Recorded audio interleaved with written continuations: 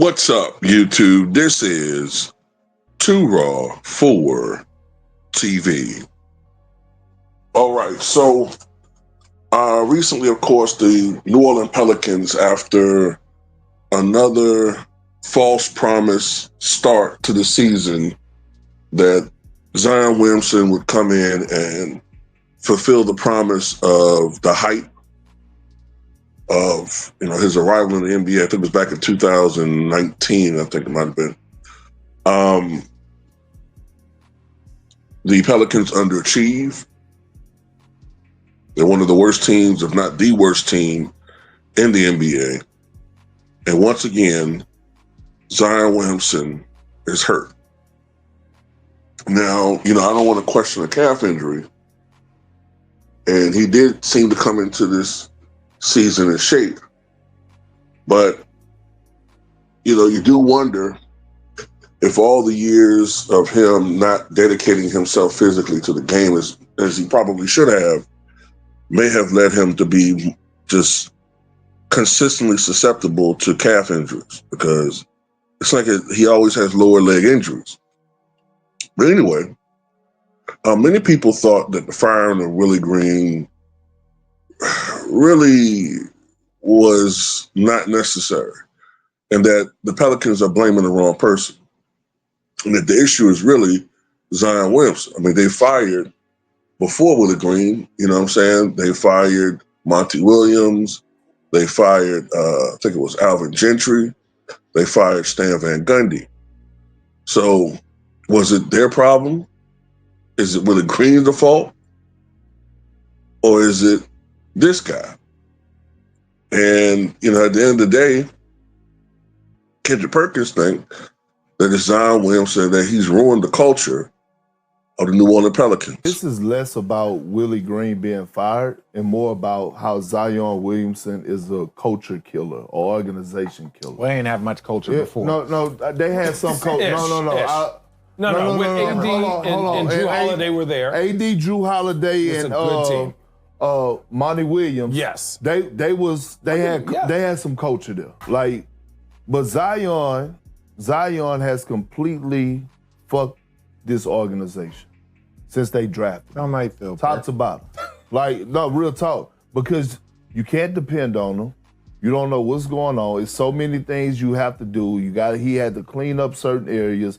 And shout out to Bill Duffy, because Bill Duffy, he's taking over. He's trying to help Zion with a whole lot of things, hold him accountable. Duffy's one of the best to ever do it in the game. I love Bill Duffy. I got a Bill Duffy story one day. But think about it though, right? So now you're the Pelicans. Okay, the first thing that you need to ask yourself is, what are we going to do with him on this non-guarantee? Think about this. The most hyped athlete since LeBron James, and he is on a non-guaranteed max contract. We have never heard of anything like that in life. A non-guaranteed max contract. Okay, so he's not available. What are you going to do with him? They could waive him, they could trade him. What is his trade market? I think they should move on from Zion. Every year we get excited. Man, Zion, he's in shape. No, I'm just saying. Oh, people. He's in shape. He came in the shape, training camp in shape. All of a sudden, he hurt his hamstring again. By the way, I don't think I've ever seen anybody in sports hurt their hamstring more than Zion Williamson. No. Well, no, but okay. Really 4 quick. years? No, wait, I'm not arguing. Richard Jefferson really is insufferable, man. Man. But, that's how podcasts are. You have to, it'd be kind of boring if everybody agreed with everything. But I don't always agree with Kendrick Perkins. But in this situation, yeah, I agree with 100%. So, no, Richard Jefferson has a point, the Pelicans have never been one of the top teams in the NBA. But when they had Anthony Davis, they were building something. Now, if I remember correctly, I think Anthony Davis only went to the playoffs twice in the 7 years he was there. But toward the end, the Pelicans were doing something. You know what I'm saying? They were starting to build something. There, of course, was the year or two when they had DeMarcus Cousins, the Twin Towers. Unfortunately, DeMarcus Cousins suffered a career-altering injury. I think it was Achilles rupture.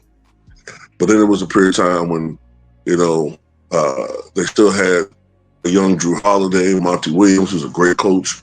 Ultimately, Monty Williams went to Phoenix Suns, and went to the NBA Finals. At the end of the day, they were building something. And then, of course, Anthony Davis went to the Lakers. Zion Williamson was hyped more. People got to remember how heavily hyped Zion Williamson was. Like Zion Williamson, when he was in Duke, like I had never seen an athlete who was hyped to have that much potential since LeBron James coming out of high school. So for him to be where he is now, well, he's pretty much a joke. He's become a joke. He's like seen as, he's not on Ben Simmons time. He's not on Ben Simmons time, but he's getting into that lower stratosphere where it's like you kind of look at him as almost like a joke, like a lost cause. Now, when he plays at a level that's close to what we thought he could be, potential-wise. But the problem is availability. And we have seen with the Kawhi Leonards of the world that if you're not available, especially when a lot of it is avoidable, and it doesn't help with a Zion Williamson. We have all this off the court nonsense going on, and I'm gonna tell you that Mariah Mills chick, I shouldn't even say her name, but that's what she loves. But with that chick, she did air out a lot of things about Zion Williamson that a lot of us were suspecting.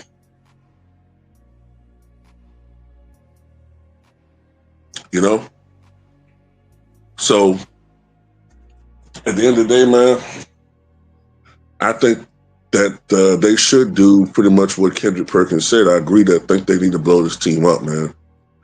I don't know where Zion Williamson would go.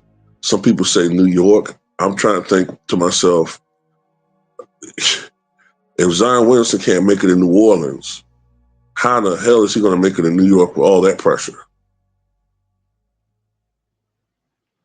With all the pressure and temptation in New York, the Big Apple, I don't know, man. Zion Williamson has the talent, man, but at this point now, you just wonder about the health. His health is very suspect. So, I don't know, man. Anyway, tell what you guys think.